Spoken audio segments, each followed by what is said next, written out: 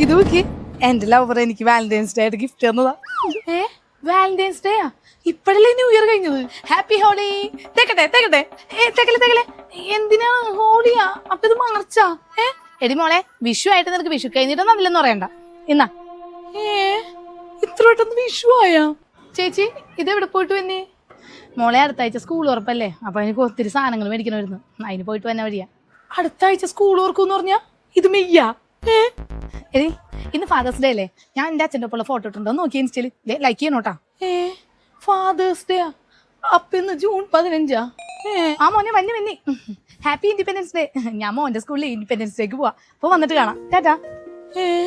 അപ്പൊ ഇത് ഓഗസ്റ്റാ? എടി മോളെ, നാളെ ഓണായിട്ടേ ഈ സെറ്റ് എടുക്കണോ ഈ സെറ്റ് എടുക്കണോ? നാളെ ഓണം എന്ന് പറയുമ്പോ ഇത് സെപ്റ്റംബറാ. Hello, happy Deepavali. വൈകിട്ട് എന്താ പരിപാടി? ഞാൻ ചിരാതൊക്കെ കഴുകിയൊക്കെ സെറ്റാക്കിയിട്ട് വെച്ചിട്ടുണ്ട്. അപ്പൊ നമുക്ക് വൈകുന്നേരം വിളക്കൊക്കെ ഫുള്ള് കത്തിക്കണം. എന്റെ സ്റ്റാറ്റസ് ഒക്കെ ഇടാല. അപ്പൊ ഒക്ടോബറും കഴിഞ്ഞല്ലേ? ഇതെന്താണ് നീ കത്തി വേഷത്തില്? എടി ഇന്ന് കേരളപ്പിറവിയല്ലേ, അപ്പൊ ഓഫീസിൽ എല്ലാരും പറഞ്ഞ് സെറ്റ് മുണ്ട് എടുത്തുണ്ടേ.